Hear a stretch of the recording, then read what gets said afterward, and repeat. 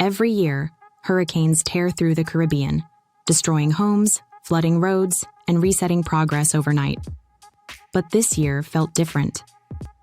In October 2025, Hurricane Melissa slammed into Jamaica with record-breaking winds, the strongest storm in the island's modern history. Entire towns like Savannah La Mar and Lucia were underwater. Thousands were displaced, power was gone for days, and roads along the south coast crumbled like paper. It was a painful reminder that Jamaica isn't just fighting storms, it's fighting time. So the big question now is, can Jamaica build a modern city that actually survives hurricanes?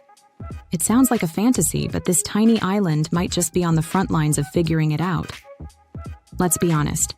Jamaica lives with hurricanes the way some countries live with traffic. It's not if, it's when. The island sits right in the hurricane belt. That means every few years Jamaica braces for names that become history. Gilbert in 1988, Ivan in 2004, Dean in 2007, Sandy in 2012, Beryl in 2024, and now Melissa in 2025. Each storm brings the same nightmare: collapsed bridges, flooded highways, damaged hospitals, and months of rebuilding. And the scariest part? These hurricanes are getting stronger. Scientists say the Caribbean's sea surface temperatures are hotter than ever, and that heat feeds monster storms. When Melissa hit, it was like a wake-up call. Winds near 160 miles per hour ripped through the western parishes, flooding nearly 1/3 of Jamaica's coastline. The government estimated damage at almost 1/3 of the country's GDP. So the message was clear. If Jamaica's going to keep growing, it can't just rebuild. It needs to rebuild smarter. So what does a storm-proof city even look like? In short, higher, smarter, and stronger. Imagine this. Roads built slightly sloped to guide rainwater into underground channels. Buildings with flexible steel framing that bend instead of break in hurricane winds. Neighborhoods powered by solar microgrids, so when the national power lines go down, local lights stay on. This isn't science fiction. This is the new reality Jamaica's architects are planning for. The idea is called climate-resilient urban design.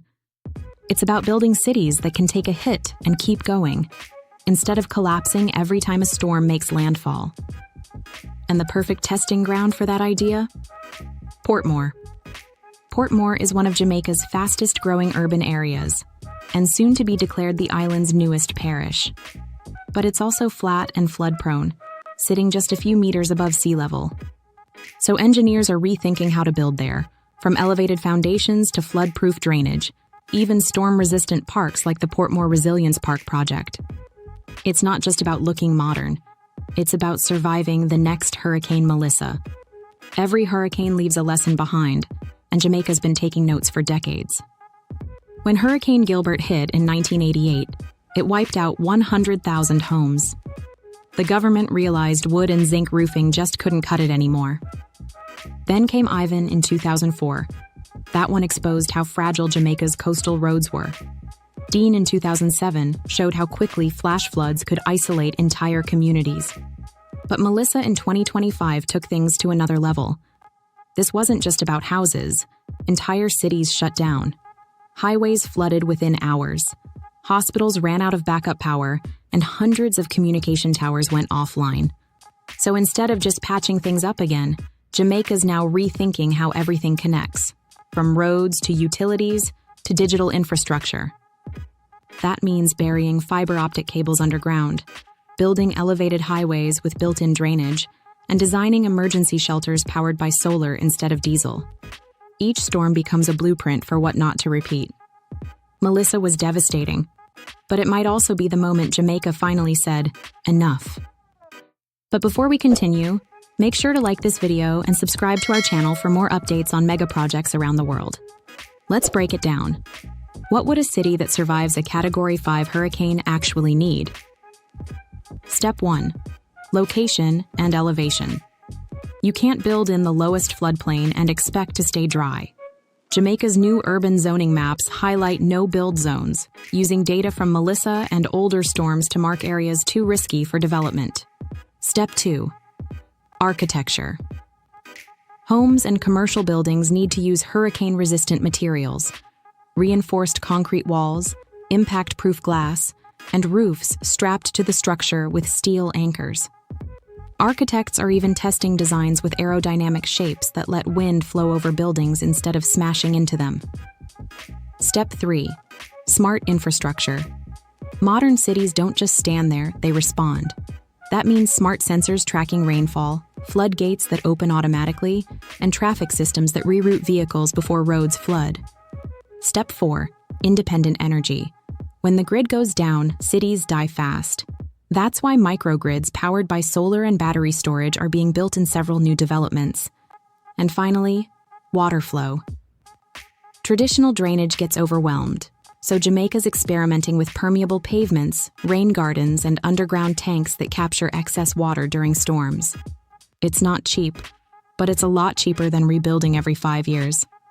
Jamaica is not alone in this fight, but it's leading the Caribbean in trying to merge global resilience ideas with local culture.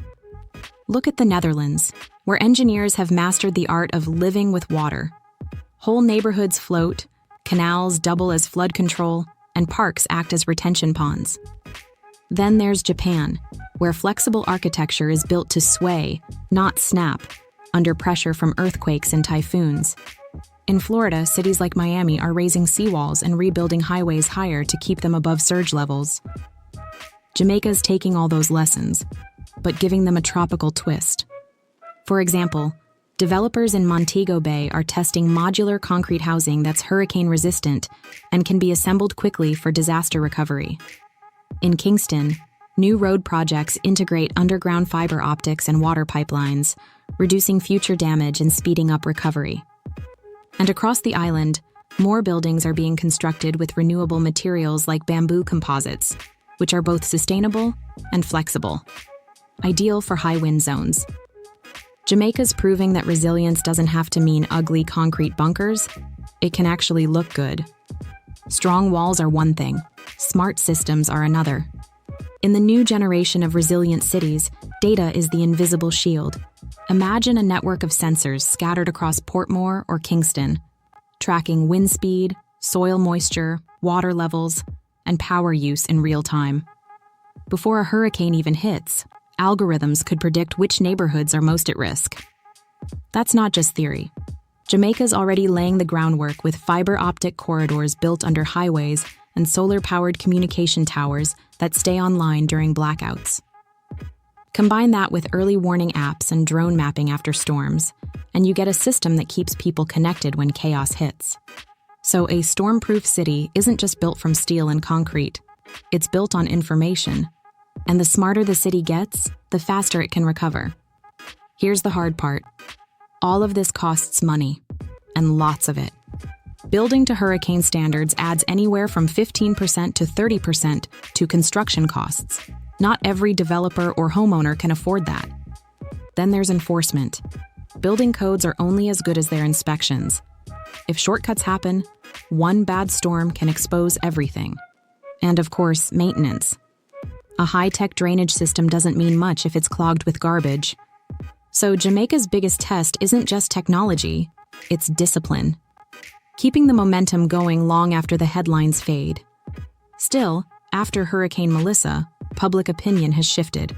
People are tired of starting over. There's more pressure than ever for real, lasting solutions. If Jamaica succeeds, it won't just be protecting itself. It could become a model for every small island facing the same threat. A city that survives hurricanes isn't about defying nature. It's about respecting it. It's about working with the environment instead of pretending it's not changing. The dream is clear. A Jamaica that doesn't crumble every hurricane season, but rises stronger after each storm. It's ambitious, sure, but so was the idea of rebuilding the island's highways or constructing solar farms in the mountains. And Jamaica did that. So, can Jamaica really build a modern city that survives hurricanes? The blueprints are ready, the lessons have been learned, and after Hurricane Melissa, the motivation's never been stronger. But can ambition keep up with the next storm? That's the question Jamaica, and the whole Caribbean, is about to answer. What do you think? Can we really outsmart nature, or are we just buying time? Drop your thoughts in the comments below.